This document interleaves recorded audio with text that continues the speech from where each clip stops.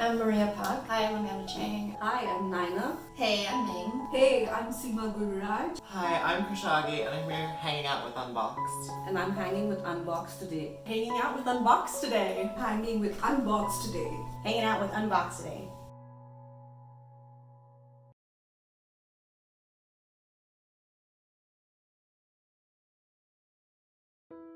Hi, I'm Amanda Chang. I'll be hanging with Unboxed today. My story begins during graduate school. I was pursuing a PhD in molecular biology. And grad school was actually a pretty traumatic time for me.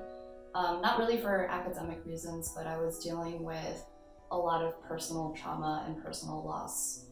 And that basically wreaked havoc on my mental health. So I was, for a long time, it was kind of like a struggle every day to like get up and go to lab and do the research that I was like trying to focus on. There were days when, I couldn't get out of bed because my depression was so bad. There were days when I couldn't bring myself to leave the house because it just felt like my anxiety could just overtake me at any moment, pretty much.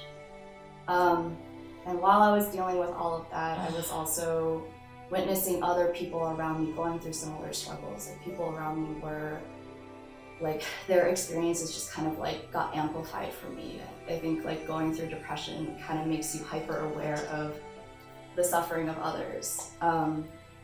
Less than a year into grad school, a friend of mine died by suicide. And then over the course of the next couple years after that, two very important people to me attempted suicide and nearly lost their lives. And right around the end of my stint at UC Berkeley, a very, very beloved colleague also died by suicide. So I was kind of like seeing all of this going on around me. And at some point, a switch just kind of flipped for me. Like I just wanted to do something about what everybody was going through, all the mental health struggles that everybody was dealing with. And so I agonized over this decision for months on end, but eventually I decided to stop pursuing my PhD and start working in mental health. And so I ended up working as a counselor at a inpatient mental health clinic for teens. I fell in love with the work, pretty much from day one. I also started volunteering as a suicide prevention counselor on a suicide hotline. And I also started going out into the community, just speaking to youth and students and the general public about depression and suicide. Trying to reduce stigma and just, get information out there.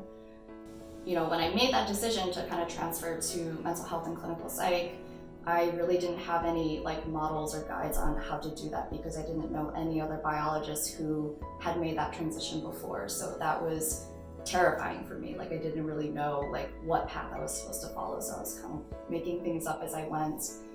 And also I was going from a STEM field to a field that's not traditionally thought of as STEM. And that made me realize that I had actually built a lot of my identity around being a scientist. And so in that sense, it kind of felt like a loss to me, and I was kind of having to rebuild my identity.